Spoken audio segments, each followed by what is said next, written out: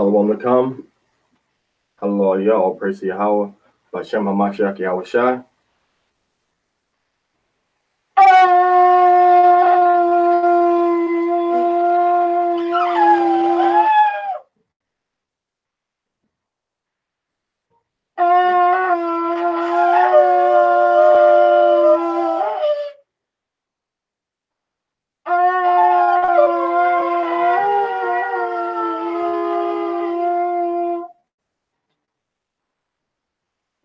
Shemai, Yashar Allah, Yahweh, Allahayinawa, Yahweh, Akkad, Wa'ahabta, At Yahweh, Allahayaka, Bakal Lababka, Wabakal Napashka, Wabakal Ma'atka.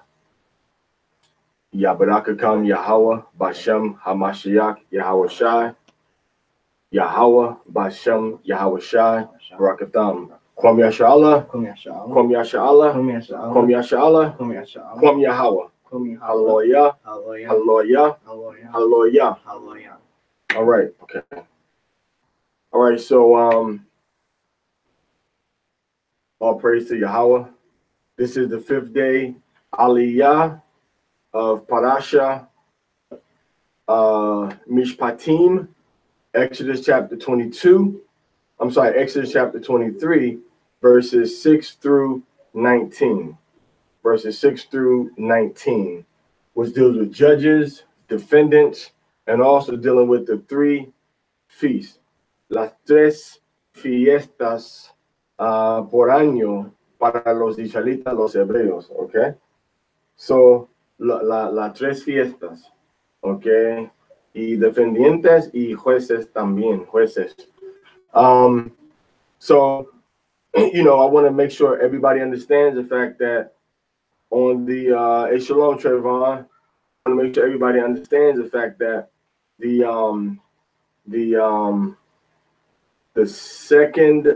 new moon is coming up on the 3rd of February. So 3rd of February is a new month, and that the Passover is coming up on the 18th of April to the 18th to the 19th of April, sunset to sunset, and also that the 24th of April to the 25th of April is the last day of the Feast of Unleavened Bread. Lorraine Wade, yeah, we can go over about our spirituality as the children of Israel. We keep the Torah.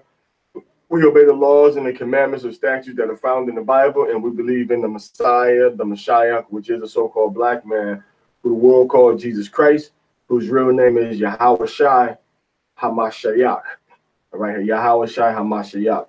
And the people in North America, Central America, South America that came here in slavery and that were already over here when the Europeans came here, we are the 12 tribes of Israel in captivity that have been scattered throughout the 4 corners of the earth, but are primarily located in the east and the western hemisphere. All right, so that's kind of the spirituality, Lorraine Wade, about what we represent. All right, now I want to say something else too. I want to call out to all of you brothers and sisters that have a desire in your heart to really, really serve the Most High, that want to be a part of a family, a camp, a community, or a group of people that is trying to serve Yahweh, study and learn about the Torah, about the history, about the commandments of the Most High, all right, and about the Hebrew, all right? So now for those type of people, and that also like to travel, that want to go outside of America and meet the other tribes of our people that are part of the Eastern diaspora, as opposed to those of us that are part of the Western diaspora. If you have the desire to do these things and to reach our people, we are heading up a base of operations for Yashar Allah with Banya Yashar Allah, the children of Israel, the sons of Israel in the Eastern Hemisphere, near our ancient homeland, for Israel to use as a base of operations to go out that region into Africa and into Asia and into Europe, and to wake up our people in that part of the world on the Eastern Hemisphere. So if you're interested in that, this is only for brothers and sisters that are brave, that are sincere about serving the Most High, all right, that are strong in the word of the Most High to grow and to live exactly as it says to do, and that are not afraid to trust and to love their brothers and sisters. If you're afraid to trust and love, if you just want to go to camp and then you go home, and then you go to camp, you go home, and you have no interaction with that camp structure, you have no interaction and preparation, for these last days, then this is not for you. What I'm saying to you now, you hit me on the inbox, go hit me on the DM, all right, or send me an email or something. If you're looking on YouTube, send an email. If you're looking on Facebook, go ahead and send a message to me directly that, hey, Parashah, I'm interested in traveling and being a part of an Israelite community outside of America in the Eastern Hemisphere, so I can help support and help be a part of waking up our people that have not heard the word yet, that are in the Africa, that are in Asia, that are in Europe, as well as a few islands around the Indian Ocean. We're basing ourselves in the Eastern Hemisphere. A lot of our brothers and sisters, we're leaving from the Western Hemisphere, and we're going closer to Zion. We're going closer to our homeland. We'll be a short flight away from Israel, all right? And we're going to go over to that part of the world and teach and wake up our people. We have several hundreds of thousands of people that are victims of the slave trade, are victims of colonialization, are victims of being kicked out of ancient Yasharallah, ancient Israel. And we're going to go over there and wake them up. And we're going to do that until the chariots come forth, until the Most High brings us into the wilderness, until King David rises up and we have to go into the wilderness and deal with our people on a level of being brought into covenant with the Most High. So again, hit on the inbox if you want to travel, if you want to support the travel of Yasharallah, having an Israelite teaching and preparation community in these last days. So when the crap starts to hit the fan, we've already done a lot of the things that we needed to do to get our people resurrected mentally. And we're performing Matthew chapter 28, verse 19, going into the nation where our people are, and also, all right, fulfilling the book of Deuteronomy chapter 30, which is to wake up our people wherever they are and to bring them back to obey the voice of the Most High. And if you want to support that, you can go to what's the Cash App? Yeah, go to $Banya12 on Cash App. $Banya12, BANYA 12. $Banya12. And what's the PayPal is Garcia JLG at Yahoo, and the PayPal is Garcia JLG at yahoo.com. That's the PayPal. The PayPal is Garcia GARCIA JLG at yahoo.com. And again, the Cash App is $Banya12. $BANYA, the number 1 and the number 2. So if you want to support the mission, or if you want to be a part of the mission, all right, you want to be a support of the mission, you want to support the mission, hit me on the inbox and we will get this thing cracking. We've already begun a mission. We've already been over to India. We've already been over to Sri Lanka. We've already been to Gujarat. We have brothers right now on the ground in Kenya. We have brothers that's been teaching and waking up our people over in Afghanistan. Brothers that's been over to Kuwait. But once again, we are off the radar. That's why you don't see a whole bunch of videos and a whole bunch of posts, because the Spirit of the Most High is going to reveal who's who and what's what. Ain't a whole bunch of videos. So when you see us making these videos right now, inside, there's a lot going on outside around the globe with the brothers that we're dealing with that we don't really push out there, that we really don't push out there. All right. So hit me on the inbox. We need brothers and sisters that are willing to get up from Babylon, up from America, and go into the Eastern Hemisphere across the Atlantic Ocean and wake up our Israelites that are over there. When you look in the scriptures in the book of Ezra, second Ezra chapter 1, it said the Most High is going to bring our people from the east. So we have a large awakening that's going to happen in the Eastern Hemisphere also. So that's just a little public service announcement that I wanted to share with you. And I hope that, you will, take heed and kind of help with the things that, we're trying to do. As a people. All right. Ayatan ban Yasharala, Shalom, Shalom, Big Gad, all praise to Yahweh, Bashem Hamashiach Yahweh Shai. Tell Aliyah we said Shalom too. I don't know if he's on here watching with you, but Shalom to him too as well. All praise to Yahweh, Bashem Hamashiach Yahweh Shai. Ayatan ban Gad, ban Yasharala, or ban Yasharala, how you want to play it. So once again, that's what we're doing. That's the plan, man. Nobody ain't gonna do this thing except for you. You're looking at all these camps in America. You're looking at all these camps in Pennsylvania, in California, all these camps in Nevada, in New York, in Texas, in Maryland, okay, in Ohio, in Arizona, in Phoenix, all these camps over in Chicago, all right, Georgia. Can't say Utah. Ain't nobody up in Utah, right? I don't even think they allow Israelites to come in Utah. They stop y'all at the county, at the state line. You Yasharala? Okay, turn around, buddy. Can't you turn? So anyway, so we do it like that. You know what I'm saying? We see everybody's in the Americas, but you see, what about Iran? Scared? See, this is the thing. And this is the thing that brothers gotta understand. When you teach on these in America, man, I'm in Mexico now. In Mexico and in America, you got the protection of the police. They got freedom of religion. They got so many different religions that's based on the Bible that they're not gonna bother you. You see, so you safe pretty much teaching in America. You safe pretty much teaching in America, right now. But when you go to these other countries, man, when you go to Sri Lanka, and when you go to Indonesia, and when you go into when you go into Bangladesh, right? When you go into Tibet, well, we got people up there in Tibet, people that look just like us, that came there and at the bottom of society in Tibet.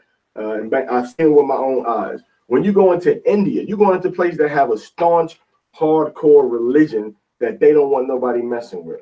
So when you go talking against that religion on the streets, they're gonna come after you, man. They surrounded me in these countries where I was teaching at, man. Where I had to really say what I needed to say to my people and stick to that point. You are the children of Israel. Come back to the Torah. This is your God. This is your covenant. I had to really stick to that point, because if not, man, these guys. I seen a guy running down the street. You understand? I seen a guy running down the street, and when the guy was running down the street, he had a sword in his hand, running after another guy. Now this was in Jamnagar in Gujarat, in northern India, Muslim territory in India. And the guy had a sword about this. I can even show you on the screen. All right. The sword was longer than this.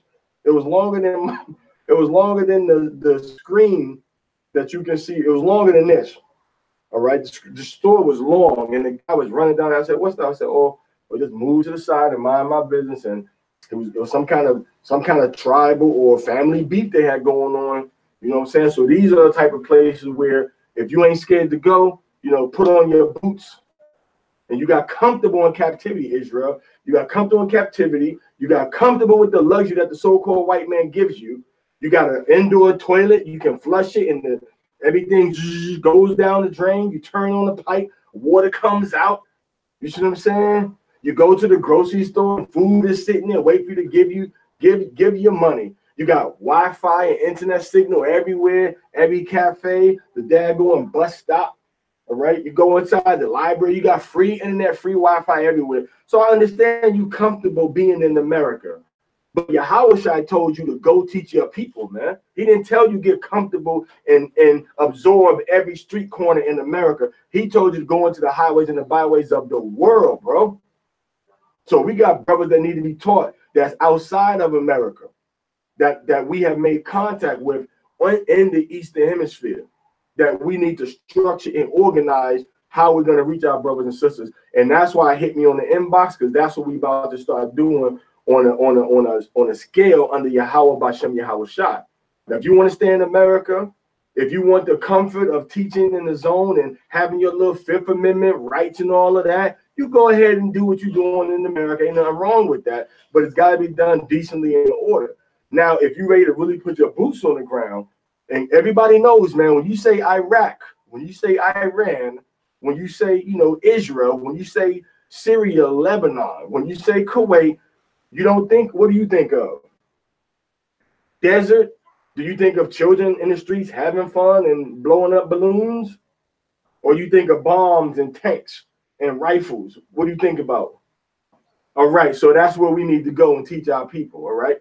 We need to go where there's the bombs and the tanks at, because that's what our people are, and they're being held captive by the Gentiles that brought them there in slavery, man. So we need brothers and sisters that got heart and a love for their people. Don't be like Job.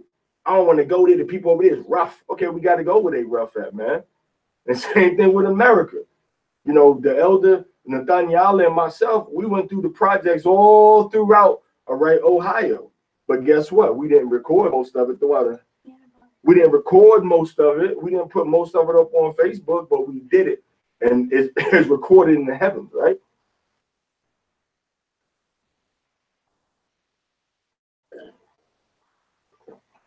It's recorded in the heavens, and Yahweh is going to give us the reward. Maybe King David will give us a special mention when we get in the wilderness. Hey, come on, y'all, come on up here.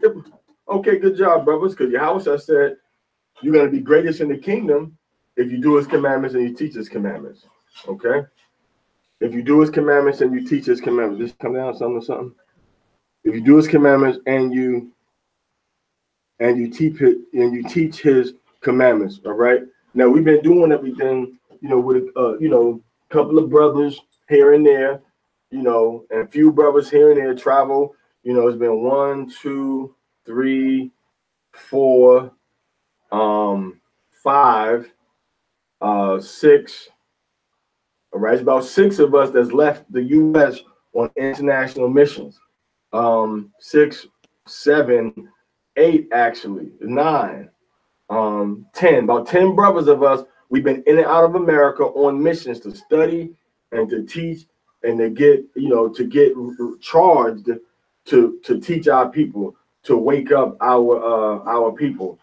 All right. Now in these Cash App posts that were put up, you may want to go back and edit them to say to support Banya Yasha'Allah International missions to awaken the 12 tribes of Israel across the globe. Okay. So you might want to go back and put that on there too. All right. But like I was saying, though, what about 10 brothers that's been going to different countries? All right. Kenya. All right. El Salvador, Nicaragua, Belize. All right. India, Sri Lanka. We dealing with brothers in different countries, man. Afghanistan, like I said earlier, going to the, and that's what we need to be at. Because Yahweh said, once our people wake up and they repent, the Most High said that's when he's going to gather us from all the countries where he scattered us. All right. So I just want to give that little 18-minute speech. Hope I didn't take up too much of your time. Akima Akwathian. So now what we're going to do, all right, Shalom Alaikum again, we're going to go into the law. And this is Ariyasha'an Matatya Ra'ayim Natash. All right. Perfect, beautiful mixture of Gad and Ephraim. See that? Gad and Ephraim. And this big, strong buck could go home now. All right, so let's go. Exodus chapter 23, verse 6 through 19. Let's start that reading. Thou shalt not wrest the judgment of thy poor in his cause. So don't wrest the judgment. So don't twist the judgment of the poor. Don't give him a bad decision or a good decision because he's poor, because he might not know a lot, because he might be in poverty, because he doesn't have resources and access to now you in 23 and you just read 6, right? All right. All right, so don't twist the judgment because a person is poor. Don't have sympathy on, and a lot of you brothers got a bad habit with that. You hear a situation between a man and a woman, and you immediately want to the woman's defense. Crime. They only do bad stuff against women. They don't do bad stuff against men. It's okay. All right. So now the Most High says when you're dealing with these situations, don't look at a person because of what they have and let that influence your judgment. You deal with the situation, you know, fairly. All right. Go ahead. Keep thee far from a false master. So you stay far from something you know is not true. You don't go toward that. That deals with these worship services at these churches. That deals with these mosques. that deals with these Hindu temples, all of these matters that are false. The Most High said, don't deal with these matters. So when you got false words, he said, don't deal with these matters. Your boss having a Christmas party, your boss having an Easter party, all right? You want to go to a graduation on a Sabbath. You're not supposed to do that. You want to eat food that we ain't supposed to eat. That's a false matter. So that's basically saying you got to walk uprightly in everything that you do, say, and think. Got to line up with this Torah. If you don't line up with the Torah, it's a false matter. All right. So now some of the false matters our people are falling victim to. They try and say that the day starts at sunrise when the day starts at sunset. That's a false matter. They trying to say that the new year, begins, that the new month begins with a little bit of whiteness and a crescent moon. No, the new month begins with the black moon. They're trying to say that the Sabbath day is supposed to be generated according to the new moon, and then 7 days after the new moon, and the 8th day of the month is supposed to be the first Sabbath of that month. That's not true. The Sabbath, according to Genesis, is based on evening and morning, and on the 7th evening and morning, we have a holy day, a Shabbat day. All right. Now, people might say, well, how you know it's been through continuity, it has been changed, okay? Because we have no record of it ever being changed. There's no record of the Sabbath ever being changed. From the time we left Moses to the time we went into Israel, to the time we were conquered by the Greeks, time we were conquered by the Romans, there's no record anywhere on the planet Earth that says that we stopped keeping the Sabbath according to the 7th day. Now, somebody might say, well, what about Constantine, the Gregorian calendar? Okay, I'm glad you brought that up. The Gregorian calendar did not affect the lunar months of the Hebrews. It did not affect the scheduled week of the Hebrews. It did not affect our calendar, because Constantine, when he tried to synchronize everything from the 8th day calendar and the 7th day calendar, what Constantine did, he literally took our calendar for our 7 days of the week, and he said, week are the Jews on right now, and the Israelites on right now. And Constantine said, okay, bam, that's the day of the week that we're on, and we're going to go on a 7-day weekly cycle now. You see that? That's what Constantine did. So all this talk about the calendar and the Gregorian, and they changed it. No, they did not change our 7-day week. They might have changed how many days are in their civil year, but they did not change how many days are in the week, and the days in their months does not affect our Hebrew calendar. It does not affect our 7 days. It does not affect the moon and how we determine the month based on the black new moon. So the Gregorian calendar has no effect whatsoever on our Hebrew calendar. So let's stop that doctrine that brothers start to teach. See, that's a false matter. And if you don't understand or know how to investigate these things, we have a lot of brothers that are teaching these doctrines are very young brothers and brothers that have a lot of zeal, but not according to knowledge. You see, there's a difference between a breakdown and a Torah knowledge. See, every doctrine has to be based on the Torah. So there's no way that you can teach a proper doctrine 100% knowing that it is correct if you do not understand the Torah or relate it back to the Torah. All right, so give me 1 second. Let's read the next part. And in the innocent and righteous slay thou not, for I will not justify the wicked. And thou shalt take no gift, for a gift blindeth them that have sight, and perverteth the words of the righteous. And a stranger shalt thou not oppress, for ye know the heart of. Start from the 7th day. Keep thee far from a false matter, and the innocent and righteous slay thou not, for I will not justify the wicked. And thou shalt take no gift, for a gift blindeth them that have sight, and pervert the words of the righteous.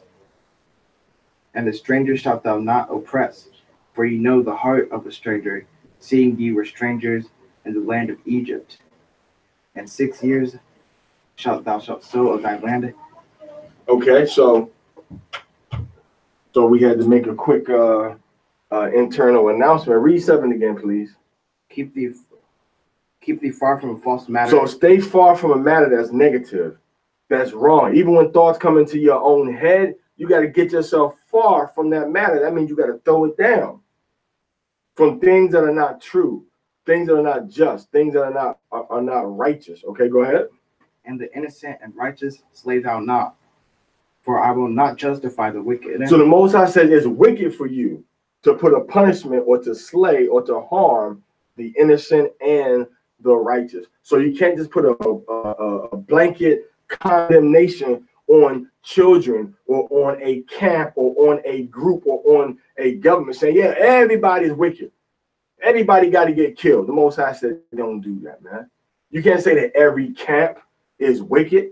You can't say that every Israelite congregation is wicked. No more you can say that every individual that says they're Israelite is wicked or righteous. It's on every individual's presentation of the spirit that's in them toward you that lets you make that decision, that lets you make that assessment.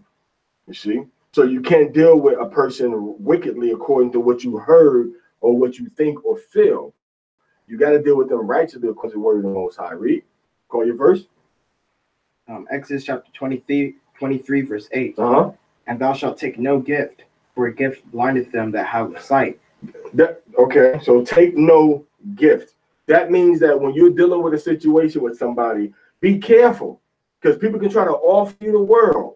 I give you the sun, the rain. I give you the sun, the stars, the moon, the rain, and the mountain. I'll give you everything. But what they want is your money. See, a lot of these brothers have taken the truth and used the truth as a hustle. So you're using the truth to generate people that's a clientele base. You're using the truth to generate people that's a source of income. That's why you got to pay your tithes. You got to pay your offerings. You got to pay this. You got to bring this to me. A lot, and Zaquan Barak talked about it at the summit. A lot of men are abusing their authority over other men, trying to make men give them money. But then when these men have a situation or a problem, you know, they like Flavor Flav. I can't do nothing for you, man, because I got problems of my own. They leave their brothers hanging, man. But we can't leave our brothers hanging, man. If you had a room at this last summit, there's no reason every Israelite should not have a place to stay, whether they have money or don't have money, whether they were there for 1 day or 4 days. We should have all been talking, saying, hey, who need a place to stay? Come on with me. Now, don't get nobody on no grimy type of stuff. You need to proceed and know who you're dealing with and measure the character, you know, of that person, man. But we got to deal with each other in brotherly love. But don't take a gift. A gift means don't take something that somebody's trying to give you positive to sway you from a sober mind, a proper mind. Like a woman say, oh, can you please buy me this? And kiss you on your cheek. I just met you 5 minutes ago. You see that? Like Chuck Brown said, they ask for your money. You got to put them in check. Tell them we just met. I can't give it up yet. Show you right. You see that? All right. So you got to know what you're dealing with and don't take a gift. You got to be objective. You got to be scriptural. When you're dealing with these women, when you're dealing with these men, when you're dealing with these individualites that are trying to pull you away from being a part of a camp, and when you're dealing with the brothers that's in the camp, they're trying to make you join and be a part of them. Everybody got an angle that they're trying to do. But you know what our angle is? To spread this gospel, to spread this law to the four corners of the earth. So Yahushua will say, well done, thou good and faithful servant. So don't take a gift. Deal objectively. Deal according to the scriptures. And deal according to the Torah. If the foundation of what's being taught is not the Torah, it does not have a foundation. That's why the scripture says when the time comes that you should be teaching the law, you have need to be taught again. All right, go ahead. And perverteth the words of the righteous. All right, so that gift will make you pervert the words. The gift will make a righteous man, a man that's trying to be right, say, well, you know what? We're going to let it slide.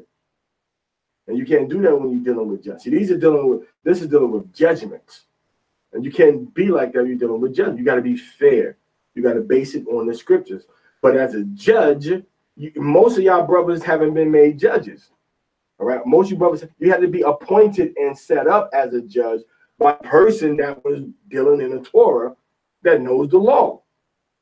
All right. A real, not just because of the tribe you come from or how many men are under you or what your position is within the camp. Does that not make you a judge? All right. My elder, for example, had the wisdom and the humility to set me and make me a judge. a judge of the Torah. And that's why dealing with Masharah Yasha'Allah, I'm in the law department. I'm establishing Masharah Yasha'Allah to go international and set up the zones for our people to repent and come back into their covenant. All right, with humility and with sincerity. All right. That's why we're dealing with the house of Israel. All right. I'm the elder that deals with the house of Israel for Masharah Yasha'Allah, to wake up our people. We in contact and communication with our people in Argentina, all right, in Chile, in Brazil, in Colombia, in Ecuador, okay, in Venezuela, all right, in Belize, and of course in México, donde vivimos, ¿verdad? Pero we have to reach out to all of our people. You see, why you stuck in America and you got Israel throughout the four corners of America? You got to come up out of that mentality that you are captive in a land that lets you travel to go what you need to do to go to wake up your people, man. So why you stuck on which part of these 50 states can I go to live and to teach people? You see that? You got to be like Yahushua, man, and go beyond the borders. Right, say Galilee of the Gentiles. You see, our people were up there where the Gentiles were in Galilee. They had taken that over on the Assyrians and everything. All right. So now what we're talking about is going to our people that have been scattered through the four corners of the earth. Like the scripture says in Deuteronomy chapter 28, verse 64. The Most High going to scatter you from the one end of the earth even unto the other. So we've been scattered to four ends of the earth. How come we're only dealing with one corner of the world, which is basically America? What about the other corners? What about South America? What about Africa? What about Europe? What about Asia? Are you going to go there? And if not, why? So now I'm putting it out there. Why ain't you trying to go wake up our people where we are across the ocean? You scared? You don't got faith in the Most High? Or you don't want to lose your job? You don't want to leave your job? You got your house. Well, all that's going to burn, baby. And even every man's going to be rewarded according to his works, man. So if you ain't putting in the work, doing what everybody else is doing, man, is not just the work. Doing what everybody else is doing and going beyond what everybody else is doing and going where everybody else is not going, that's the work that needs to be done. And that's the work that we, dealing with Banya Yasha'Allah, are trying to do. History, the Torah, the Hebrew, wisdom, Yahushua. Those are the pillars. You see what I'm saying? Not to mention the 7 pillars of wisdom that we got to walk through. So the Most High says, don't take that gift, because the gift will pervert and twist the judgment of a man that otherwise would make a righteous call. Read. And a stranger shalt thou not oppress. So what? A stranger shalt thou not oppress. Hey, hold on. What verse is that? 9. So this says, what does it say? Wagar. La'ah. The lakatza. So it says, do not oppress a stranger, a person of a different nationality that's trying to get down with the 12 tribes of Israel and trying to come into covenant. The Most High said, don't oppress him. And that's what I'm saying, Akim. A lot of your doctrines go against the Torah. And you got these 5-page breakdowns, but it go against the Torah. The Most High said, when you have a guard, look at what the word guard means. You know, Moses had a son called Gershom. All right, called Gershom. That's his son's name. The root of that word is guard. The Bible says that he named his son Gershom because he was a stranger in a strange land. The Most High said, don't oppress a stranger because you were strangers in Egypt. So a guard, a stranger, is a person of a different nationality, a different ethnicity that's trying to get down with you, that's trying to be where you at and do what you doing and watch you shine and just bask in your shadow. That's a stranger. Because Moses went to live in the land of Midian. He was a stranger. The children of Israel were living in the land of Egypt. We were strangers. So we had people among us that were living that were strangers. These are the people that came out of Israel with us as the mixed multitude. And when they came out of Egypt with us as the mixed multitude, they was down with the Most High, down with the program. They knew we was the top ranking. See, it's hard for you to imagine people looking up to you because you've been down for so long. So in your eye, everybody that's a threat to your position above you is a dog, is a devil, is a demon, is wicked as hell. But you understand that there was a time in Israel when people looked at us and wanted to come into our land like they want to get into Babylon, America. People wanted to get to Israel like that because they knew they were going to be judged fairly and righteously. And we were a rich, loving people, man. But oppression gave us a messed up mentality, man. Esau did a number on us when he put us in slavery, man. He turned us to make our hate our own people and to hate the world and to hate the Most High and to hate our brothers, man. That's what happened when Esau released us from slavery. That's what Jim Crow was all about, man. That's what what Jim Crow was all about, making Israel have some higher standard of accountability to the so-called white man beyond what the white man got to be accountable for. All right, that's what the what's the other thing, man? When they put the when the guy stood on the banks of the James River in Virginia, Willie Lynch letter. That's what Willie Lynch is all about. Turning the light-skinned Israelites against the dark-skinned Israelites, the house Negroes against the field Negroes, and everybody going to be turned against each other. You see, that's what Esau did that, man. So now the scripture says, do not do what? A stranger shalt thou not oppress. So listen to the context also, Akim. The Most High said, a stranger you shall not oppress. Read. For you know the heart of a stranger. How do we know the heart of a stranger? Read. Seeing ye were strangers. Seeing who? Ye. Who was he? Seeing who? Ye. Israel. Ye. Benjamin. Ye. Levi. Ye. Simeon. Ye. Manasseh. Ye. Ephraim. Ye. Naphtali. Ye. All right, seeing that ye were a what? Were strangers. Ye were strangers where? In the land of Egypt. That's clear as day. What kind of stranger were we in Egypt? Were we Israelite strangers that were scattered and we was calling ourselves Gentiles in Egypt? No. That ain't what we were. And that doctrine does not line up with the Torah. That doctrine does not line up with the Torah. In here, it says that the Gentiles that he's saying don't oppress, because we know the heart of a stranger, not the Gentile, but the stranger we're not supposed to oppress is the stranger that we were when we were in the land of Egypt, which means that we were another nation living amongst another nation. And the Most High said, when you get this person trying to be amongst you and trying to get down with you, and a lot of you brothers, man, is undercover Gentiles, man. That's why you hate the so-called Latino woman. That's why you hate the so-called black man so much, man. You a traitor against your own people, and you an undercover Gentile, man. And that's why a lot of brothers go so hard against the strangers, man. So if you got a person that say, you know what, your God is real. Now, how much change he got, how much captivity he goes in, what family he's going to be under, is something that the Most High is going to work out. You work out with the stranger you dealing with, or don't deal with him at all. But the Most High said, don't oppress him. Don't be wicked toward him and push him down if that man is trying to walk in these commandments, man. The Most High is going to be the judge on Judgment Day, man. All right, keep reading.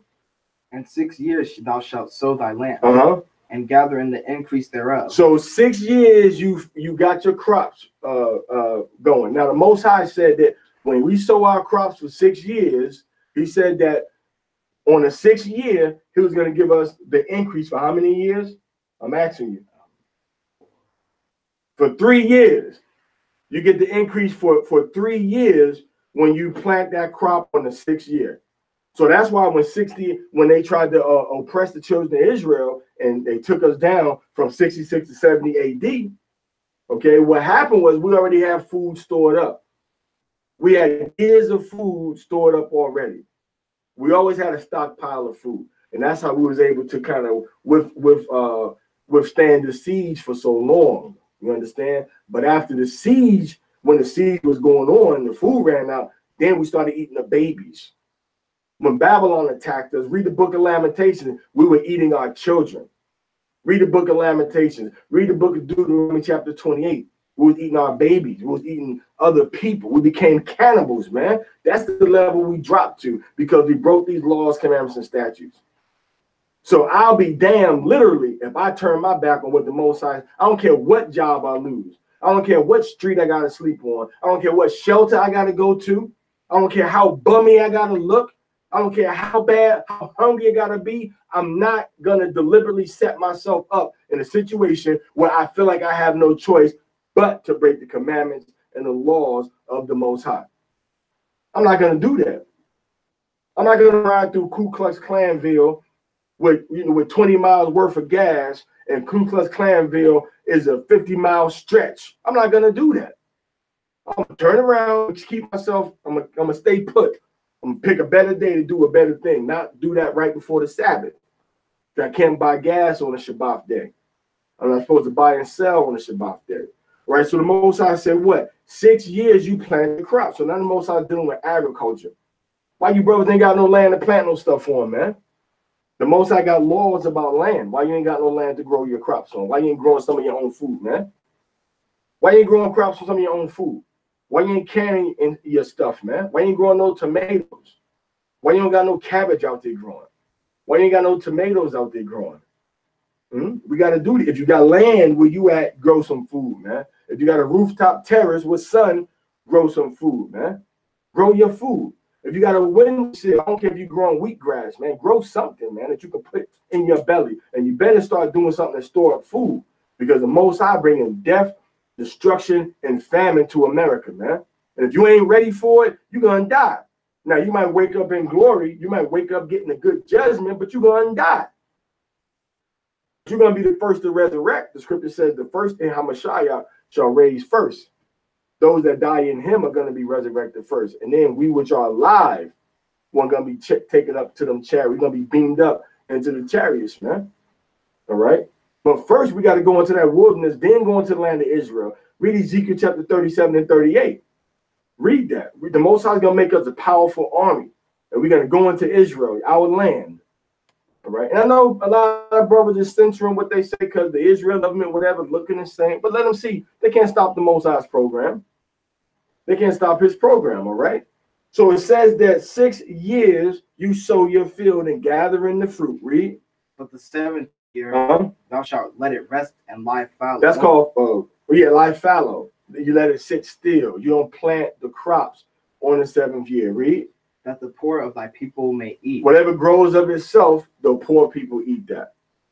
The poor people, no matter who they are, they're poor, that's for them. Read. And what they leave, the beasts of the field shall eat. And then the animals come and eat what they don't get in the harvest. Read. In like manner, thou shalt deal with thy vineyard and with thy olive yard. So when you got your grapes growing, when you got your cucumbers growing, when you got your olive trees growing, right, you don't harvest that. You don't pick those things. It's going to be for the poor people. I mean, you don't plant that food. You don't plant them seeds. You just can, the poor and everybody else, the poor people go and pick that. They eat that. Read. 6 days thou shalt do thy work. So 6 days. Now the Most High is talking about husbandry, farming, letting the land sit. Now he's going into actual regular labor. So 6 days you might do your work. All right. You might be a teacher. You might be a professor. All right. You might be a teacher. You might be a professor. You might be an architect. You might be a civil engineer. You might be a mechanic at an auto shop. You might work at a bicycle shop. You might work at a car wash. All right. You might be an astronaut. You might be an airplane pilot. Whatever you do, whatever job you got, the Most High said, what? Thou shalt do thy work. No, what did he say? Read it again. 6 days thou shalt do So thy you work. got 6 days to do your work. Read. But on the 7th day. Did he say the first day of the month? The 7th day. Did he say the 8th day? The 7th. So when you keep the new moon Sabbath, you observing the 8th day of the month, 8 days after the month has started as the 7th day. The month started on the new moon. Then you got 7 days later, you say, well, that's the 7th day, all right? So the Most High says 6 days. What's the map for that? What is the map we want to know about how to do that? We go back to Genesis chapter 1. Evening and morning were the first day. Before the moon was created on day 4, the Most High was counting days. Evening and morning were the first day, second day, third day, fourth day. In that fourth day, all right, in that fourth day, when the day started, before it was ended, in the fourth day, the Most High did what? He made the constellations, he made the moon, he made the sun, and he made the other stars. So that's what happened on the fourth day. And then 3 days after that, not 7, 3 days after he made all the lights in the heavens, what happened? We observed the Sabbath. So The question is, did the Sabbath go according to the moon, or did the Sabbath go according to evening and morning? The answer is, it did not go according to the moon. The Sabbath was not according to the moon. The Sabbath was according to 7 evenings and 7 evening and morning, evening and morning. And on the 6th morning, as the sun was going down, it went into the evening of the 7th evening of the 7th day, beginning evening. And then that's when we went into the Sabbath day. It's a 7-day cycle, brothers and sisters. Don't be deceived. Do research. Look up Jonathan David Brown. This is the Edomite in our time period that started the movement to say that the Sabbath was supposed to be observed by the new moon. I challenge anybody to find anybody in history besides Jonathan David Brown and besides the Babylonians that observed Sabbath days according to the cycles of the moon, because them the only 2 people we find that did it. Do the research. Do the research. Who observed it? The Babylonians observed it, number 1. And number 2, Jonathan David Brown, which was a member of neo-Nazi Ku Klux Klan type of organizations. So he's a direct seed of Satan. And he's the one that's influencing our brothers to be so rebellious against what they were taught by another camp, another group of Israelites that broke away and said everybody is wrong and they're right. You see that? That everybody's wrong and they're right. Well, guess what? The Most High already set it up in the scriptures, man. If you can't show it in Genesis, you better go back to the drawing board, because that's where everything is laid out. The principles, the contrast, the doctrines, okay? The polarity, the negative and the positive, the light and the dark, the left and the right, the up and the down. That's why I say in the beginning, the Most High created the Shemayim, heavens, and the earth, up and down. It says in the beginning as opposed to outside of. In the beginning as opposed to the end. The Most High had darkness in the beginning as opposed to light. Then he created the light and they were blended together. And that's why the Most High said he what? It says that he separated the light from the dark. Okay, keep reading. But on the 7th day, thou shalt rest. So on the 7th day, it says what? Thou shalt rest. You're supposed to rest on the 7th day. That means you ain't supposed to be working on the 7th day. That means you ain't supposed to be doing no job interviews on the 7th day. That means you're not supposed to be buying no gas on the 7th day. Why? Because the gas station is supposed to be shut down. So you putting a stumbling block before somebody when you go in trying to get gas or do any type of business on the day when your house said don't do business. I read that part again, man. 6 days thou shalt do thy work. So 6 days you do work. Go ahead. But on the 7th day thou shalt rest. So on the 7th day you rest. See that? 7th day you rest. Not work. Okay. He didn't say you work on the 7th day. All right. No work. 7th day you don't do no work. Period. No work. You can look at Isaiah chapter 58, verse 13. No work. None of your own pleasures. All right. And none of your own words. You speak the words of the Most High. You do those things that are pleasing to him on the 7th day. Go ahead. That thine ox and thine ass may have rest. So everything within your garden, within your zone, within your gates, they all rest. You don't put the ox out there to work inside the field on the Sabbath day. You don't put your animals out there to do the olive presses and to crush the grains on the Sabbath day. You don't do that on the Sabbath day. It's the day when everything is relaxing and chilling. Read. And the son of thy handmaid, and the stranger. The son of your what? Handmaid. So you see, Israelites had servants, man. There's nothing shameful about being a servant. There's nothing there's nothing shameful about serving your Israelite brother or serving your Israelite sister. There's nothing wrong with being a handmaid. When you read in the book of Exodus chapter 21, it talks about it. Y'all went over that, right? When you guys, we had servants in Israel, Yasharallah. There's nothing shameful about that. That's good. That's a good extended family. Because I'm going to tell you what's going to happen. This was going to happen. We got a structure in captivity that we created, which is like based on what the church got going on. We trying to be like churches with these little different organization we're creating. But when we go into the wilderness, you're going to be separated from these camps that you belong to, that you're a part of. You're going to be separated. Y'all not going to be together in the wilderness unless you make yourself part of that household and their family, the patriarch, and then it has rulers under that patriarch, and we say, this is our family. This is our community. No, now when we go in the wilderness, we're going together. We're going together. So you got Gad, you got Ephraim, you got Manasseh, but a lot of brothers aren't setting up that type of structure. Now, this is not to say that you got to be a handmaid. I'm just using a handmaid as an example of a female that was part of a household, and they, on the Sabbath, she was not supposed to be doing any kind of work. But it gives us a social commentary that we also had servants of different genders. We didn't have a bunch of female servants. There's nothing wrong with being a servant. Servant means to be a worker. We all work for somebody that tell us what to do, and we don't like what we say, but we got to do it. And if we walk away, we feel like we're going to lose our livelihood or whatever. But guess what? If you walk away from Esau and you walk towards Yahweh, you want to win the end already. Whatever happened to you, you know the Most High got your back. Because you walking away from Esau, so you can go and serve the Most High and worship him in spirit and in truth. All right, call your verse. Exodus chapter 23, verse 12. Go ahead. And the stranger may be refreshed. So the stranger, the handmaid, and the animals may be refreshed, because the strangers were cleaving unto Israel also. They were in your household and were working too. They were in the community and working too. So now they get refreshed. They get refreshed. They relax even on the Shabbat day. So the way the so-called white Jews do, see, they're sending people to work their stores that aren't Jews, that aren't Jewish. They'll have their pawn shops open. They'll have their little restaurants and their stores open on the Shabbat day when the Most High got you.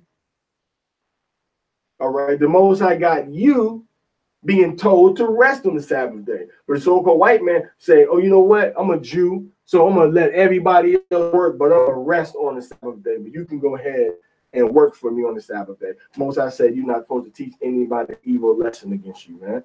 The Most High said you're supposed to observe and keep his commandments, his laws, and his statutes. So even a stranger supposed to rest in Israel, and wherever we are in our sojourning, check out the history, man. Check out the history of how our people were doing in West Africa. Check out the history of how our people were doing, the Choctaw people, right? Check out how the Ogalaga were doing, how the Siksika were doing, all right? How the Muskogee were doing when they would go to war and they had people working with them. They treated them people just like the other members of the tribe, man. They wasn't discriminating, and they had some little bit of discrimination. Let me backtrack on that, but they didn't whip them and have them just being evil toward them, man. Now you lost the war, you on the winning side. You bet on a losing horse. Now you gotta live among them. Oh, but you can get married. You gotta fight for us now. You can get married though. You can go ahead and marry this person. They didn't kill you.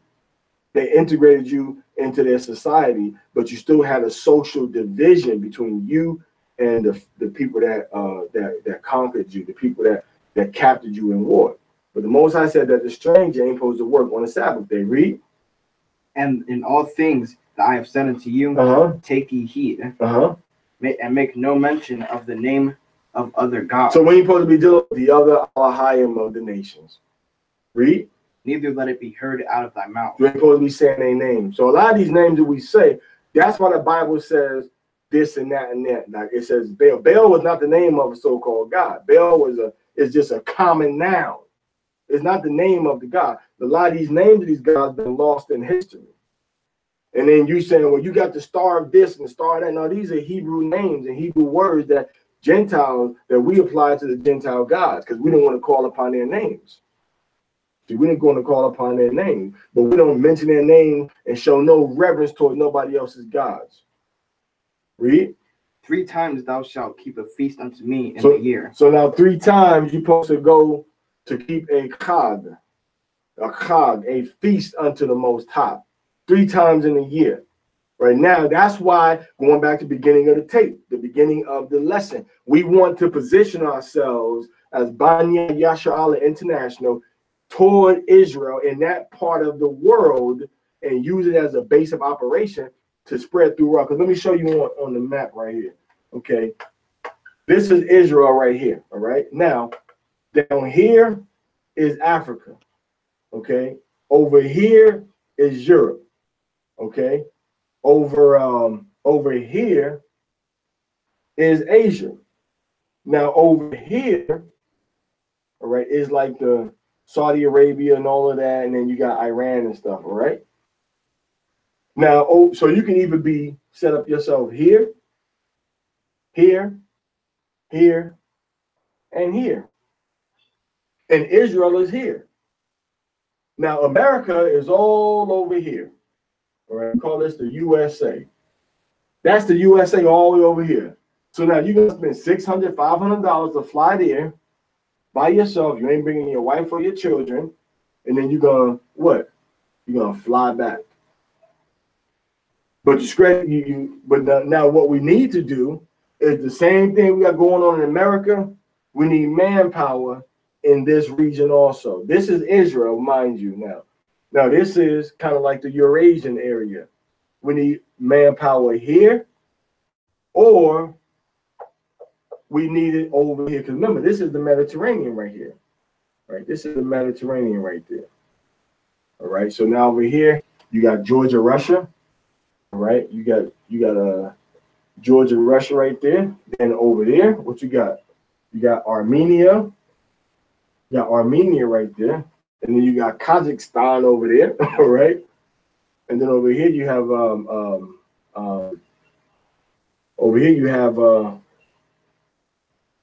you got Turkey right there. And it goes all the way over to the little connects right here, Turkey.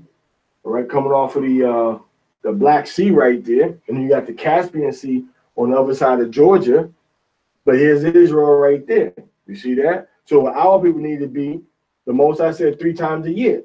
So you can even stay in Babylon and just take them long 16-hour flights over to the Middle East 3 times a year. Or you can say, you know what?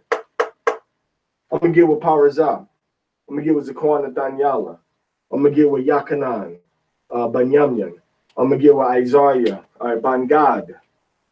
All right, I'm going to get with these brothers. I'm going to go over here. I'm going to get with a Ward Bahayar. Okay, I'm going to get with a Ward Bahayar. I'm going to get with a Prakash. I'm going to go over here with Remnath.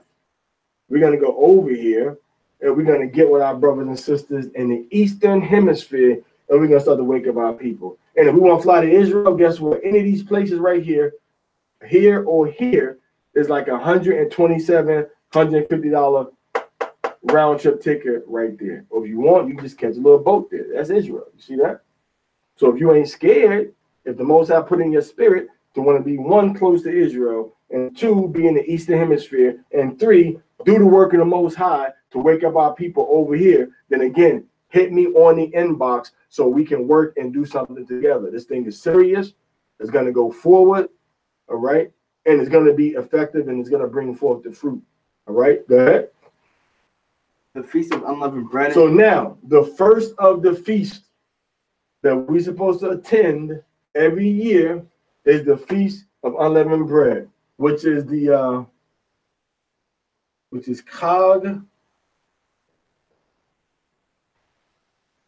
Matzawath. Chag Matzawath is bread that has no yeast in it. It's bread. Chag means a feast. So it said Feast of Unleavened Bread, right?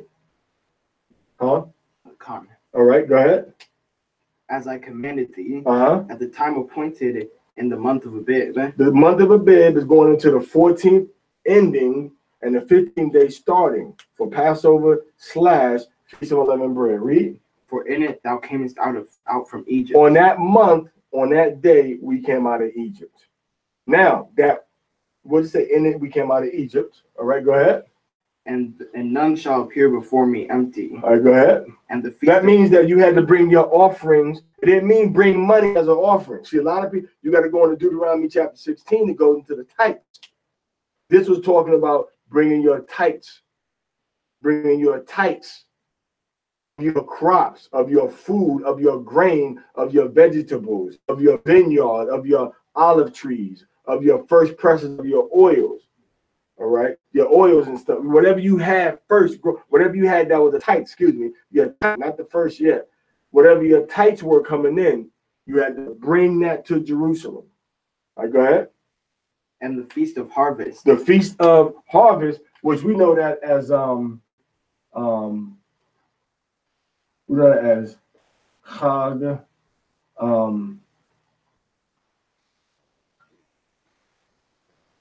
as Chag Shabbai Wath. Now let's see what verse you in?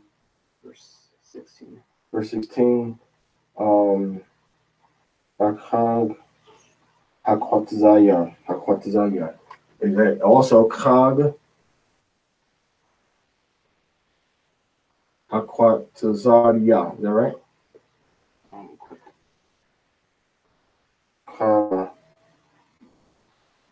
Hakwatazayah. Hakwatazayah, right? Chag Hakwatazayah.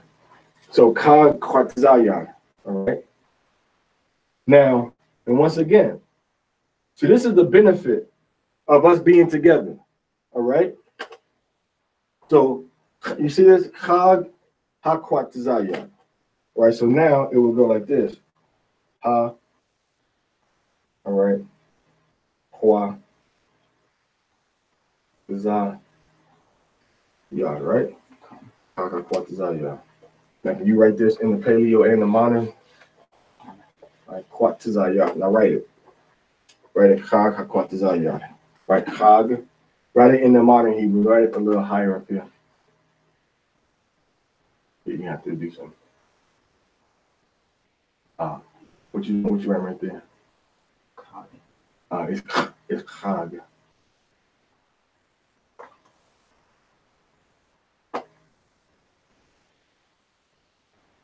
Okay, so Chag.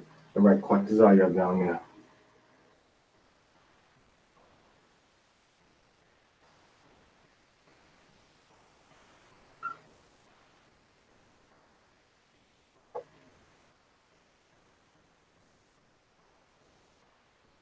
All right, so Chag Hakwatazayah. Now write it in the ancient, going across like that.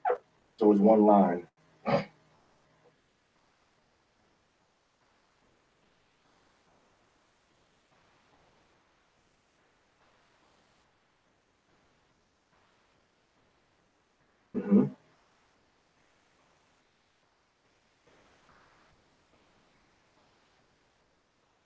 Okay, Aliyah.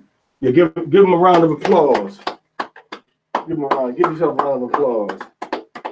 All right, so it says Chag Hakwatazayah, Chag Hakwatazayah. You know why? Because they study the Hebrew every day. It's part of the curriculum for the schooling, for the unschooling, to show our language, our way, how we do things. Because the book right here, all right, the book right here has it in the modern Hebrew, all right, has it in the modern Hebrew. It says Chag Hakwatazayah, all right, has it right here in the modern Hebrew, right there. See that? See that right there. All right.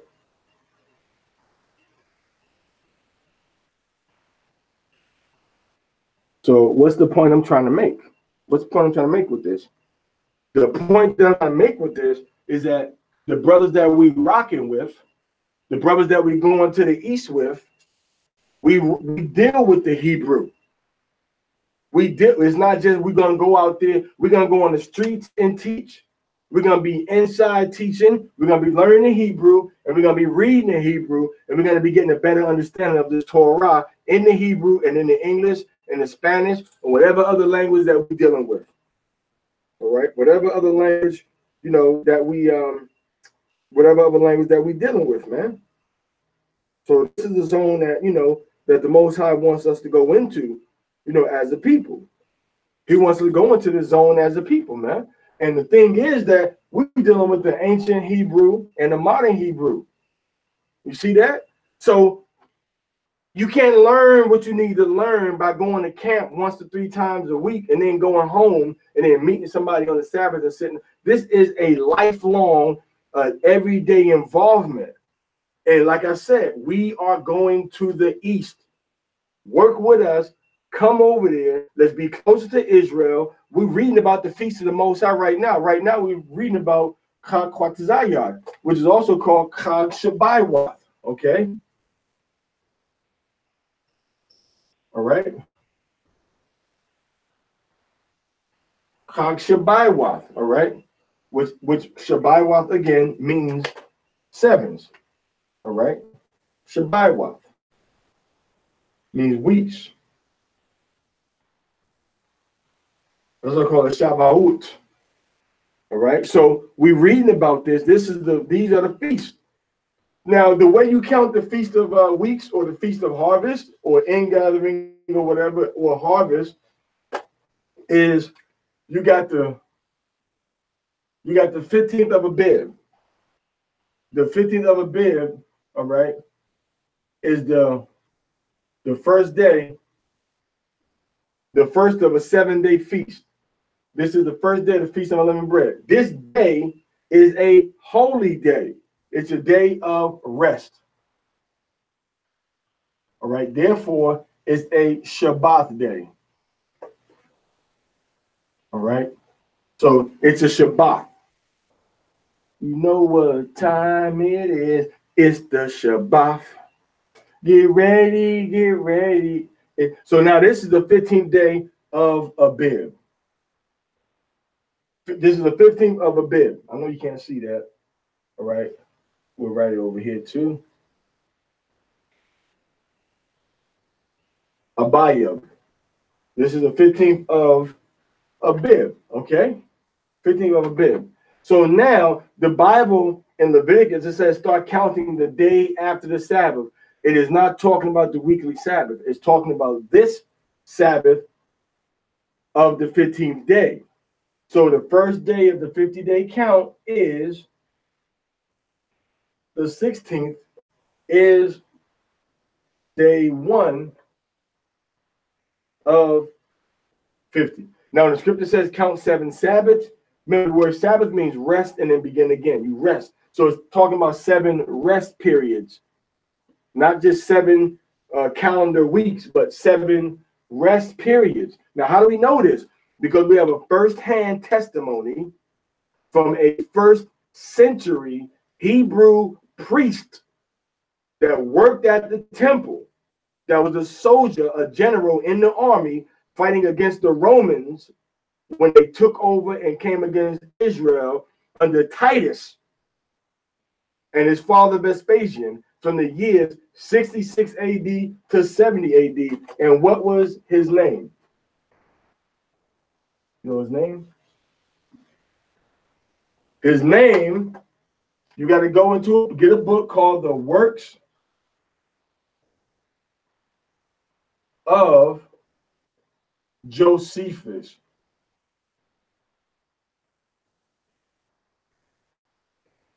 The Works of Josephus. And when you're reading the works of Josephus, he describes the tabernacle.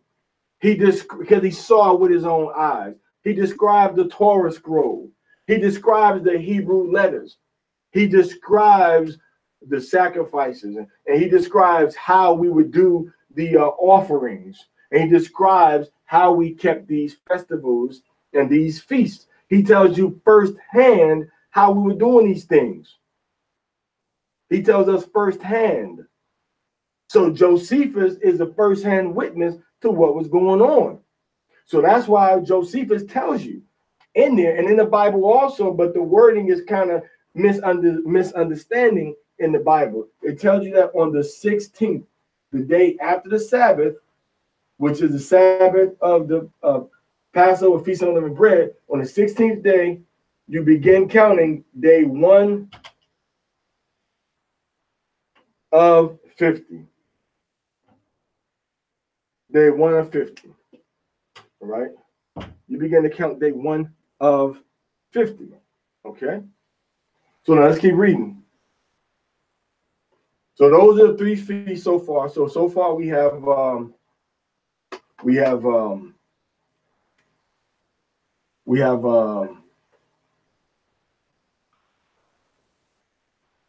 Passover, and we have harvest, and this is the unleavened bread.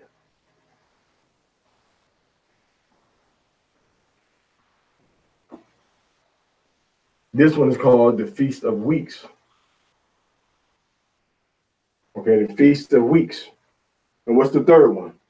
The fruits of thy labor, which thou sowest in the field, and the feast of ingathering. The feast of ingathering, okay. The feast of ingathering, what verse is that? 16. 16. 16.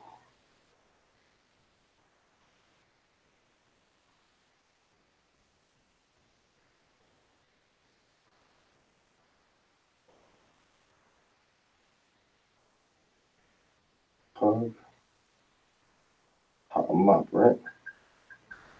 Chag ha'amap ba'taza'ath hashdadah. Read it again in the feast of. And the feast of ingathering at the end of the year. Okay. When Hashanah. Okay. So is it the feast of is Ha'asap. Okay, the feast of what? What, how does it say it? At the end of the year. What was it? Feast of gathering. Okay, now it says it on there, gathering, okay? It says the feast of gathering, but in Hebrew, it says asap, okay? It says asap, okay? Chag ha'asap, so it says Chag ha'asap. Asap is comes from the word like Yah or sap, which means to gather in or to add. So the feast of you adding in to your storage, to your assets, to your resources now. But we also call that one the feast of gathering. Call it the feast of ingathering. It's also called, you know what? What is also called? It's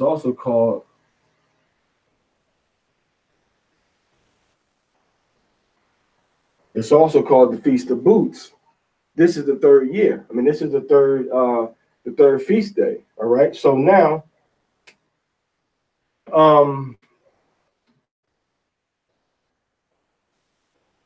so these are the feasts that we're supposed to be keeping. Right now, these are the three feasts that we're supposed to go into Israel, into Jerusalem. And that's why what I'm saying is we need to go into the east, all right, into the east, so we can keep the feast, okay? We can keep the feast, and then we can also go and teach our people. So we go to the east, number one, then we can feast, number two, and then we teach, number three. All right, so go to the east to feast and to teach our people. All right, to feast, to teach, and to feast, with our people. So this first feast, what's the first feast? Is the Passover. All right, now I'm gonna get to you and show you what is the feast. What are these feast days?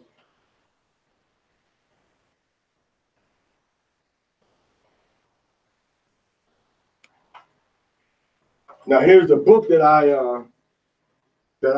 put together. Okay, here's a book I put together. It's called the Sefer Siddur Katan. All right, the Sefer Siddur Katan, which is Sefer Sadwar Katan, which is the small book of order, dealing with Banya Yasharallah. So in here, we have the whole service for the Sabbath that was researched to do exactly as we did it in the first century, with a few modifications and some things put in different orders. See that? That's the second page of it. See the chariots coming from the children of Israel. All right, check that out. All right, check that out. Now, when you go at the back of the book, though, you got all the Torah portions, sections, and when we're supposed to be reading, what date we're supposed to be reading them, and everything. See that? All the way up until 2019. Right, you might even have 2020 on here. But now on here, all right, we have the feast days. You see that? We got the feast days. Got the feast days on there. So now when we're dealing in 2019, which we are now, we're going to tell you when all these feasts are supposed to be observed. That's what I'm going to write for you right now. All right? So I hope you can see this red marker, because them black markers about had it. I'm telling you, they gone. So now the first one is the that's even worse saying that. You see it on the board.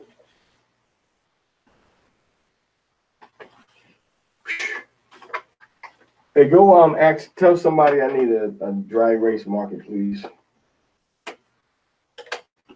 Check with acquisitions. Okay, so this one is good. Okay, so but we're gonna call now we're saying Passover. These are the feasts that we're supposed to observe in our captivities. And if we can get to Jerusalem, we're supposed to observe them in Jerusalem, up there where the city of David is, where the Hezekiah's tunnel is, where the dome of the mount is in Jerusalem. That's where the temple used to be at. The Gentiles totally destroyed it, knocked it down, like Yahushua said, all right? And they put a mosque on top of it. So Passover this year is April 18th to April 24th through the 25th, sunset to sunset. So April 18th is the first day from sunset to sunset, and the last day is the 24th to the 25th. Once the sun goes down on the 25th, which is going to be on a Thursday night, that's when the feast is over. All right, so that's the Passover. The next feast that we have is the feast that are called the Feast of Harvest, which is also called Pentecost. Okay, which means five count. All right, Pentecost, and that's going to be on okay. Cuidado de la taza ahí. Be careful that cup. Now, Pentecost is going to be on. It's going to be the 7th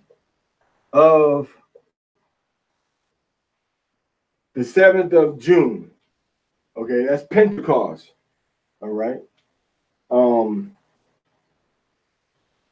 That's going to be the second feast that we read about, called the harvest, right? All right. Called the was it called the harvest or the no, it wasn't called the harvest. It was the gathering, right? Well, not the gathering. What was it? The second one. What was the name they have in there?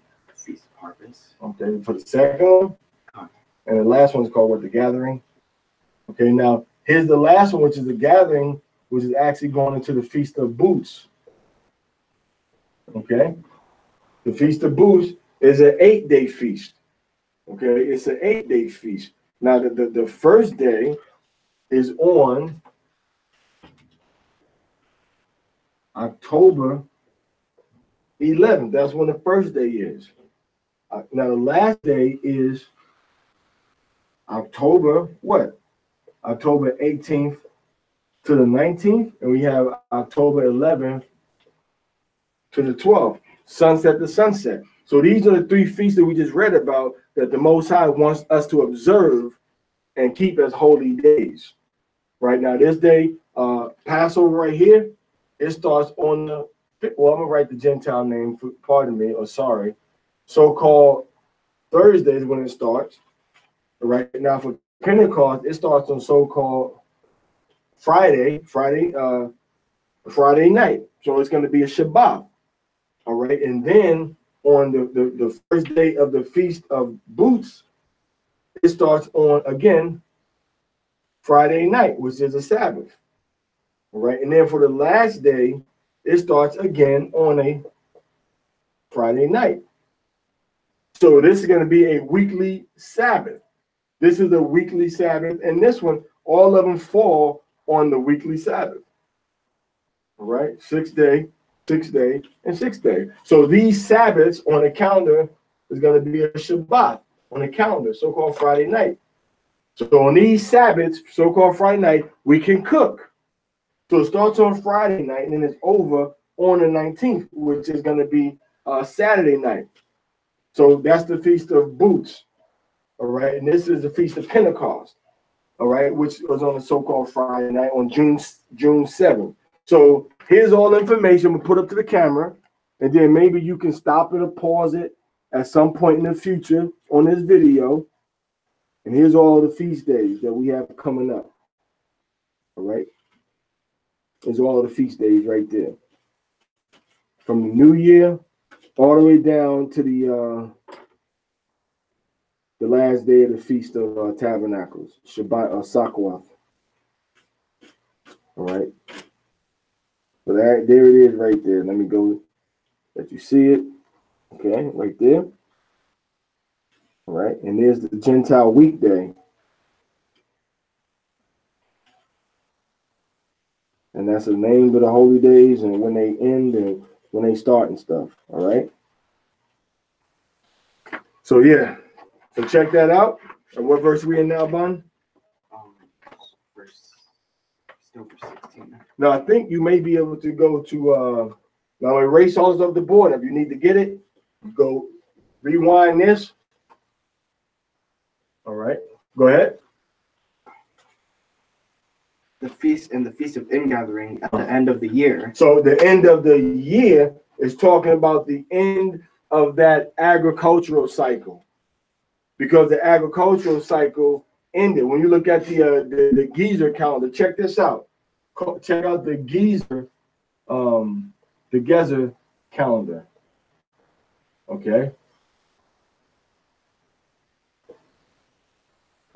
The Gezer calendar. Check that out. It shows you that we had different times of the year when we would plant, when we would till the soil, and things of that nature. Now, when you go into the book of Exodus, and you go read in chapter 12, it says that this month is the beginning of the year to you.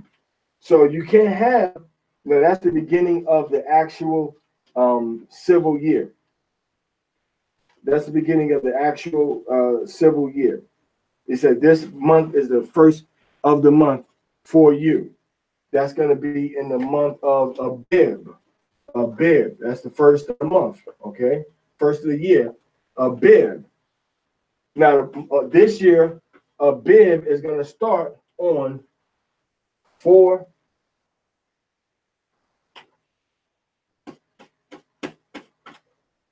Abril, okay, and 4 Abril or 4 April, okay, the 4th of April.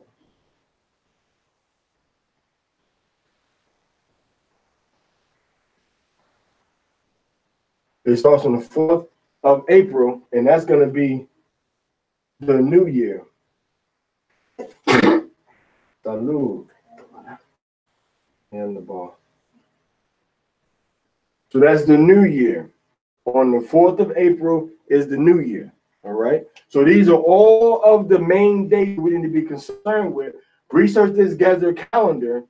All right. And then you're going to see how we were doing agriculture and farming. So when it says that at the end of the year, what it's talking about is the agricultural year. It's the agriculture, not the end of the civil year. Because this is number 1. And when we're dealing with the, read that again, the Feast of, what?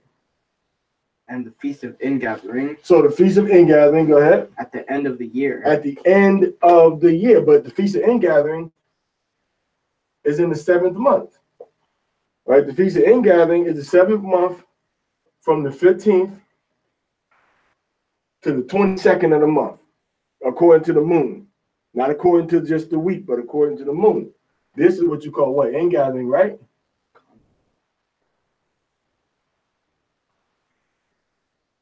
That's the ingathering. But now, the Most High told us in the book of Exodus chapter 12, verse 1 and 2, he said what? All right? In Exodus 12, verse 1 through 2, what did the Most High say? He say, Abib is the beginning of the year.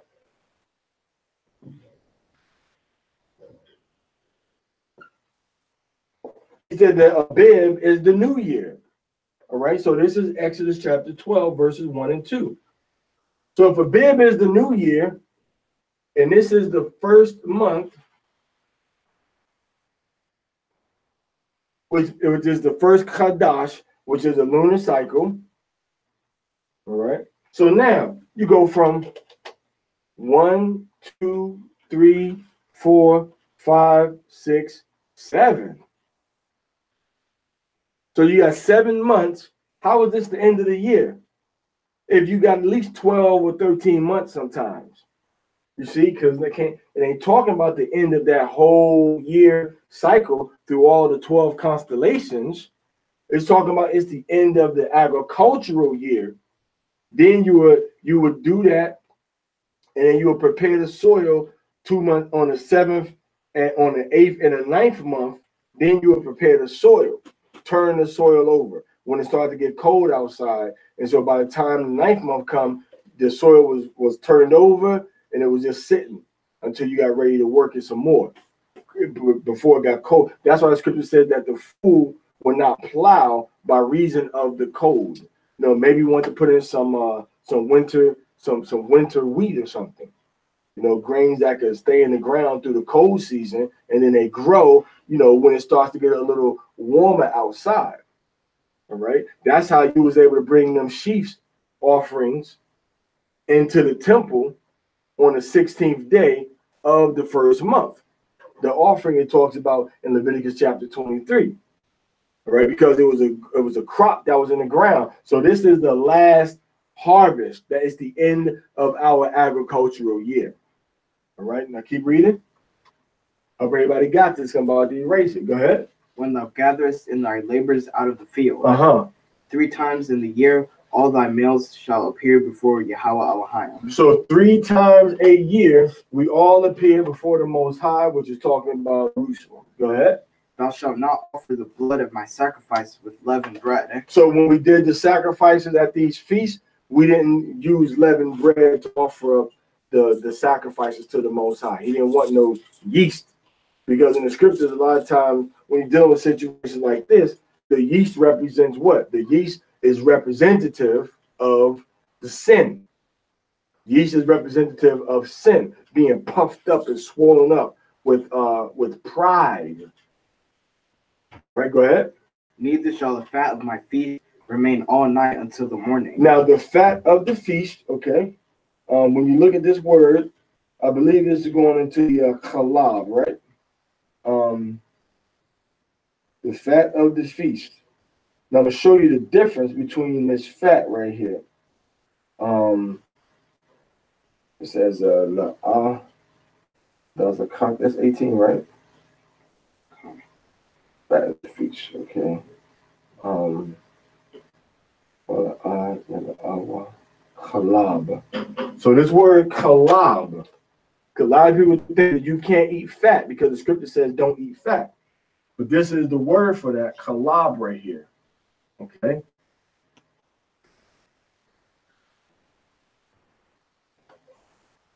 Chalab or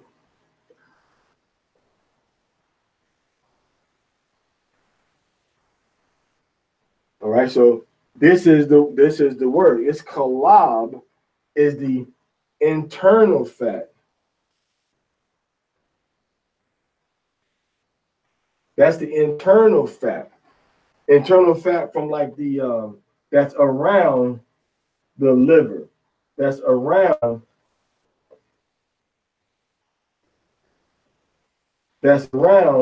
the kidney. that's around all of the internal organs.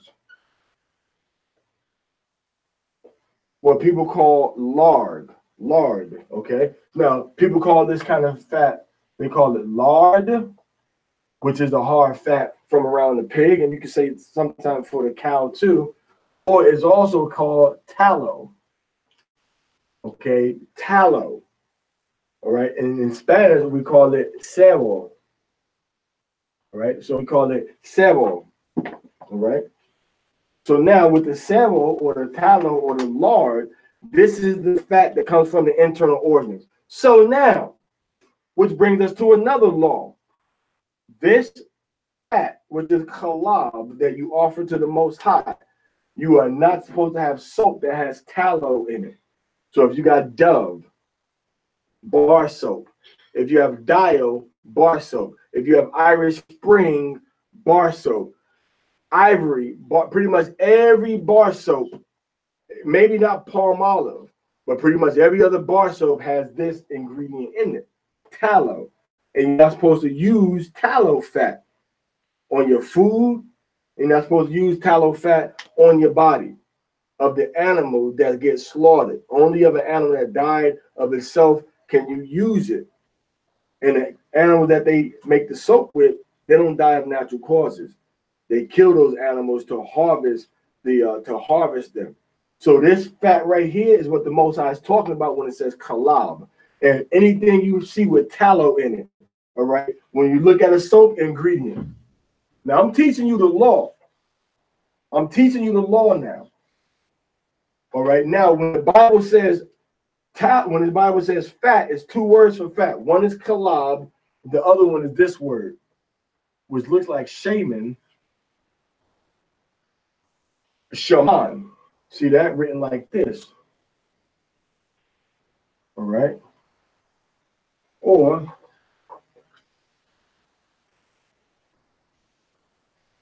shaman. Now what this fat is, this is like the fat from around the muscles. The fat from around the meat of the lamb or the goat or the beef or the chicken. That fat we can consume.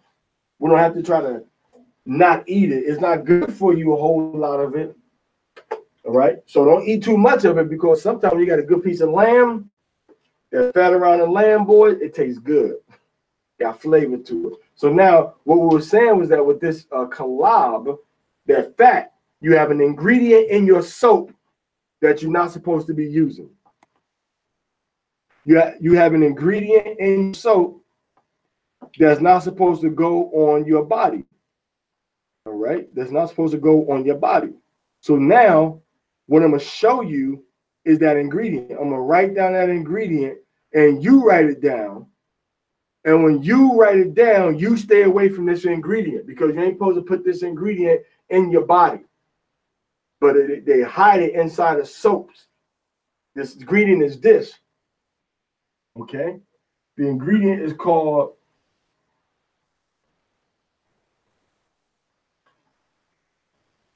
sodium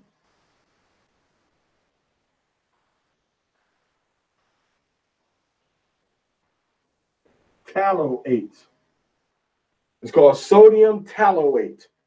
Do you see this ingredient in your soap? Don't buy it. Don't use it. It's against the laws of the Most High. It's harmful to your spirit.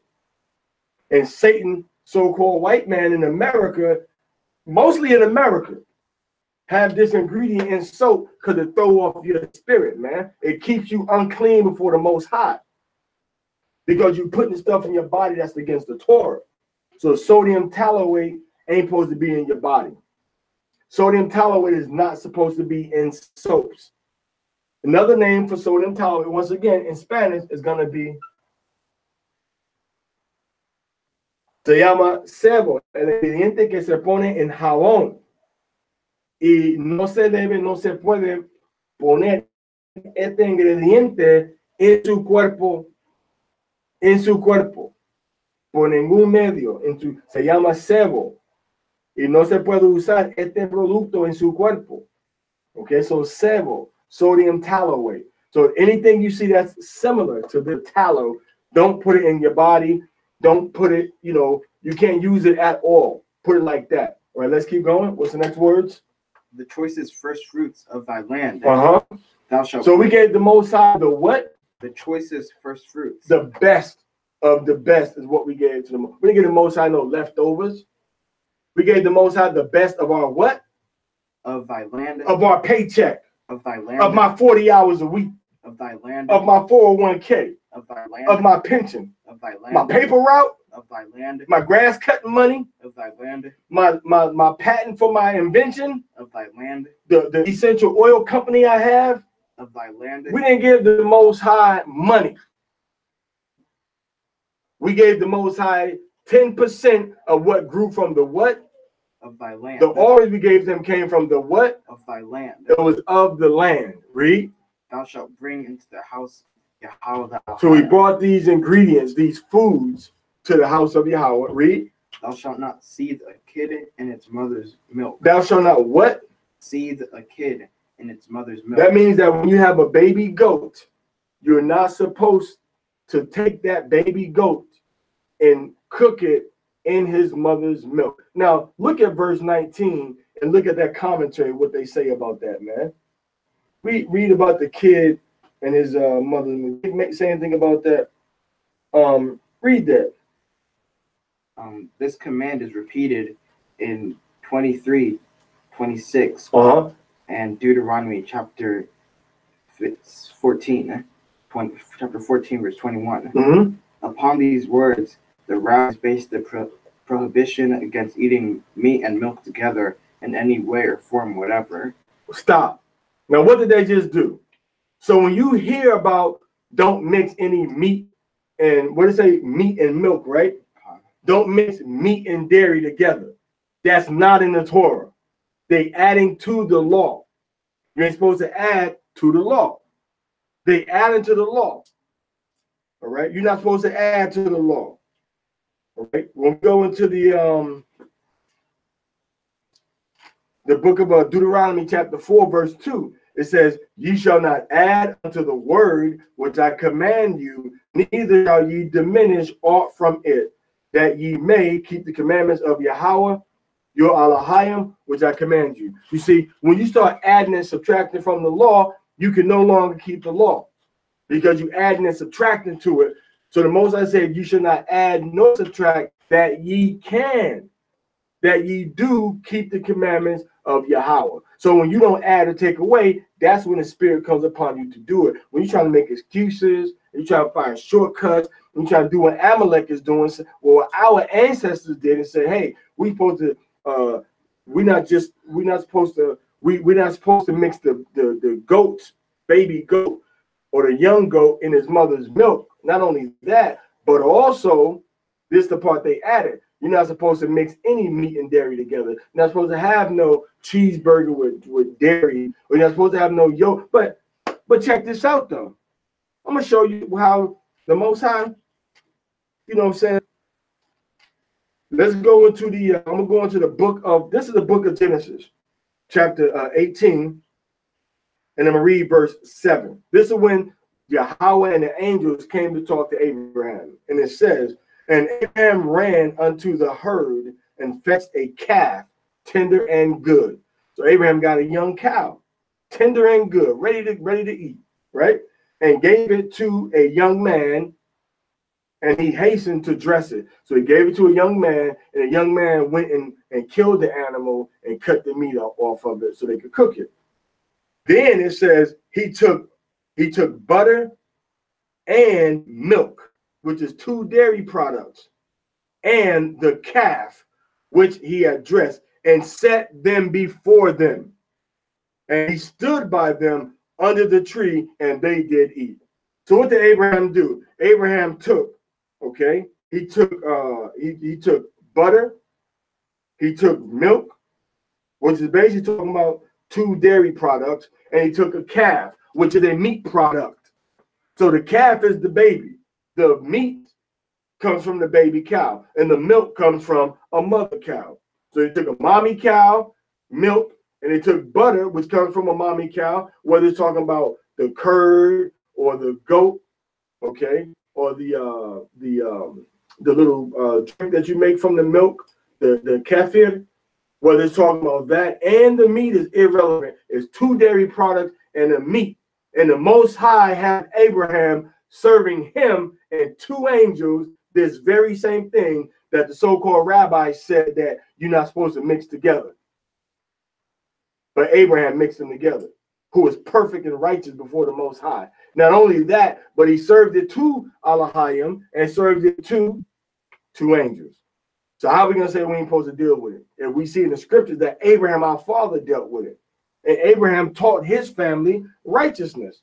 Okay? The Most High said that Abraham is going to teach his family righteousness. Right? Let's get it.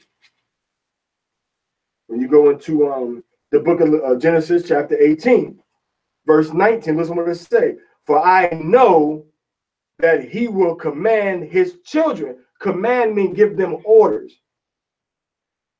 And his household after him, and they shall keep the way of Yahweh and do justice and judgment. You see that? So Abraham's descendants was taught the commands, and it was taught to do righteousness, and it was taught to do proper judgment. So this ain't nothing that Abraham did, and this is not in the law. When people say you can't mix meat and dairy together, that's not in the law. That's adding to the law.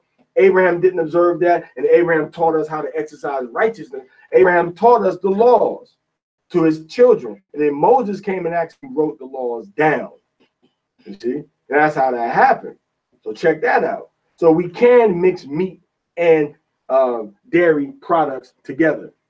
The sin is when you take a little calf or a little goat and you kill it, and then you cook it, you boil it in its mother's milk. You use the dairy products from the mother. That was the prohibition. Why did they put it in anyway? Well, sometimes they would do that to help tenderize the meat.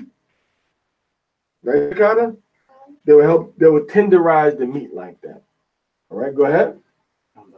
All right, so that's the last. No, go back to the commentary for 17. This prohibition was doubtless observed long before the age of the rabbis. You see that? Now they're going to try to convince you. Well, without a doubt, it was observed before the rabbis. Well, no, it wasn't observed by Abraham. And that's where our story begins at when it comes to being righteous and trying to obey the Most High. Abraham didn't observe that. So who brought it in? We didn't do it. Our fathers didn't do it. The Torah don't say to do it. The Torah says specifically, don't boil a kid in his mother's milk. That's a prohibition. The prohibition isn't don't mix yogurt and meatballs together. You want it? That's your thing? Hey, have at it. Don't put cheese on top of your spaghetti because the cheese comes from the milk product and the spaghetti meat comes from the lamb. So you can't mix that. See, that ain't what it says, man. Don't add. This law is already enough for us to do without people trying to add extra stuff to it. Read. And in connecting it with this text, they really saw a support in the Torah for an immemorial Jewish practice. Thus, Onkelos, who usually keeps close to the Hebrew text, renders, "Ye shall not eat flesh and milk." So now we see the problem. And for you brothers that don't know, Onkelos is a Gentile who listened to Israelites teach him the Torah, and he wrote commentaries about the Torah. So he changed the whole law. So you're going to tell me that you're going to try to act like the Targums, which is what they call the Aramaic commentaries about the Torah. The Targums are not authoritative. The Targums are not the authority of the law. The Targums are not the law. The Targums are comments on the law, but you can see right here it says that Onkelos tells you something different about what the law says. Onkelos added to the law, so Onkelos was wrong. And Jonathan ben Uziel is wrong. They wrote these books, called them Torah, and they call them Targums now in Aramaic. Then they took the Aramaic and put it into the Hebrew, or the Aramaic and put it into the English. And now they're saying, well, this is superior. This is the Torah. No, it's not. It's the oral traditions that was injected into Torah scriptures. And now people using these targums as if they're Bibles, as if they're the divine law of the Most High, and they're not. And people are being deceived. And so that's it. We got that, man. So let's take this. All right, so that's about it. So once again, remember, all right, I want a lot of you brothers and sisters contact me on the inbox, because we're in the process of building this community of Yasha'Allah, or just a family or a neighborhood of Yasha'Allah in the Eastern Hemisphere. Inbox me and I give you the details about it. But we're going to be in an area where we're going to be close to Israel, and we're going to be able to wake up our people that are in Asia, that are in Africa, and that are in Europe. Our people are all over that part of the world, and hardly ain't nobody going over to Asia to wake up our people, to teach our people. Ain't nobody I know of going to, like, see, y'all don't want to go to Liberia. Now, you know Israelites were taken to Liberia after slavery was over, right? You don't want to go to Liberia because it's too dangerous, it's too rough, and they got the dude over there named General Butt Naked, because he's a fight, and he had demons working with him, and they used to go into war and fight butt naked. They call him General Butt Naked. Look it up. Go on YouTube and put in General Butt Naked, and you see the Liberian warlord that I'm talking about. You see, but you see that. So now we got to go to them places to wake up Israel over there. I'll tell you another place they don't want to go to, where Israelites was taken in slavery, or when they was free from slavery, they went there, which is the Desert Lion, Sierra Leone. Our people were taken there in captivity. Our people were taken there after slavery was over. And then when they were taken there, they set up their little country over there, man. You see that? So Sierra Leone, and so you want to go to beautiful, politically stable Ghana. They want to go to Nigeria, right? They don't want to go to Liberia. So we got to go to these places, man. We got to go to Liberia. We got to go to Sierra Leone. We got to go to the Democratic Republic of the Congo, because our people were over there, and they were taken from different parts of Africa and put in slavery, mainly under them evil, wicked the Belgians, man, cutting off arms, cutting off feet, man. So these are places we got to go and teach our people. But we got to be centered in that part of the world, because can't nobody afford to be buying no $1,000 ticket for no 10 people every few months. But if you get a ticket that's $250 round trip, hey, that's $2,500 for the same 10 people. That's a lot better than $10,000, right? That's 75% cheaper. So it makes more sense to just get up and go to that part of the world. And once you get there, bam, you get all the different places where you need to hit. Okay, you can hit all the different places where our people are. All right, so inbox me if you're interested in that. If you want to be a part of that, let me know, because we're working very, very hard to make this thing happen, because this gospel, the truth of who we are and about Yahushua, has to be shared and preached to the four corners of the earth, the four parts of the earth: north, east, south, and west.